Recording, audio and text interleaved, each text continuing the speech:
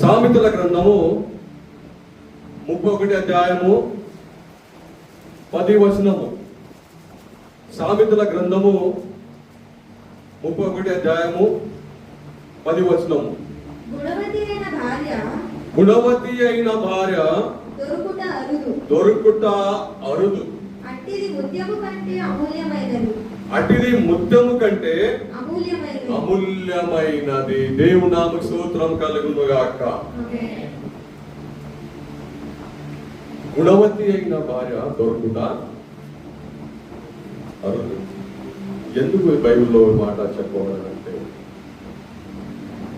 ఆ జ్ఞానము, ఆ ఓపిక, ఆ ధైర్యము, ఆ మంచితనము ఇవి చాలా మందిలో ఉండవు కనుక ఒక ఇల్లు నడపాలంటే అంతో ఇంతో కాదు, చాలా ఓపిక ఉండాలి.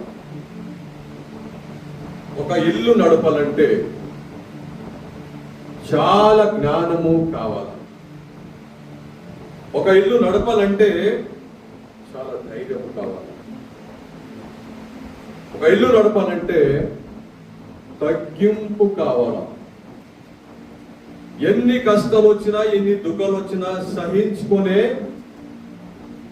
దమ్ము, ధైర్యము, తగ్గింపు ఇవన్నీ గుణవంతురాలు స్త్రీలో ఉంటాయి. ఈరోజు చూస్తే చాలా కష్టమైన పరిస్థితుల్లో మేము అందరం ఉన్నాం. అయితే గుణవంతురాలు ఏమేం చేసిందంటే మనం కొంచెం కిందికి వెళ్తే మనకు ఒక క్లారిటీ అనేది వస్తుంది. ఇది వచ్చిన చదమ్మా. ఆమె పెనిమిటికి ఆమె యందు నమ్మకం ఉంచును, అతని లాభ ప్రాప్తికి వెలితి కలగదు. ఆమె తాను బతుకు దినమన్నీయు మేలు చెయ్యను గాని కీడు ఏమి చెయ్యదు. ఎవరిమే?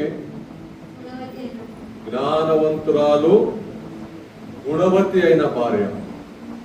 ఎప్పుడు కూడా తన భర్తకు గాని, తన ఇంటి వారిని గాని ఆమె వలన ఎలాంటి కీడు జరగదంట. ఆమె వలన ఎలాంటి కష్టాలు ఆ ఇంటికి రావంట. ఆమె మేలు చేస్తారు కానీ కేడు మాత్రము చెయ్యరు.